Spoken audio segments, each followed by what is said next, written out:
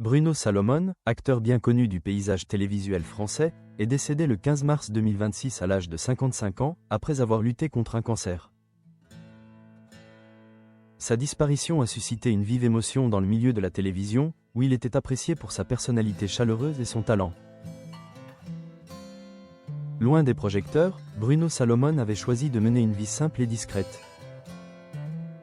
Il résidait sur l'île Fanac, à Joinville-le-Pont, un endroit paisible du Val-de-Marne, en région parisienne. Ce cadre verdoyant, situé en bord de Marne, est réputé pour son ambiance presque villageoise et son calme, offrant un véritable havre de paix aux quelques 50 propriétaires qui y vivent. Les habitants de ce quartier se souviennent d'un voisin accessible et souriant, qui appréciait les promenades au bord de l'eau.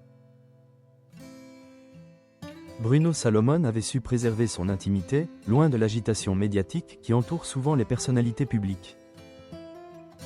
C'est dans sa maison, à l'abri des regards, qu'il a rendu son dernier souffle. Sa propriété, construite dans un style traditionnel, se distingue par son élégance discrète. Contrairement à d'autres célébrités qui optent pour des villas luxueuses, l'acteur avait choisi une résidence authentique, entourée de végétation et à proximité de la Marne. Les pièces lumineuses de sa maison s'ouvrent sur un jardin, un espace idéal pour se ressourcer et profiter de la nature. Né le 13 juillet 1970 à Villeneuve-Saint-Georges, Bruno Salomon n'a jamais quitté le Val-de-Marne. Il y a grandi et a poursuivi ses études au lycée Georges Brassens de Villeneuve-le-Roi. À l'âge adulte, il a décidé de rester dans ce département qui lui tenait tant à cœur. Ses obsèques auront lieu le 23 mars prochain à Joinville-le-Pont.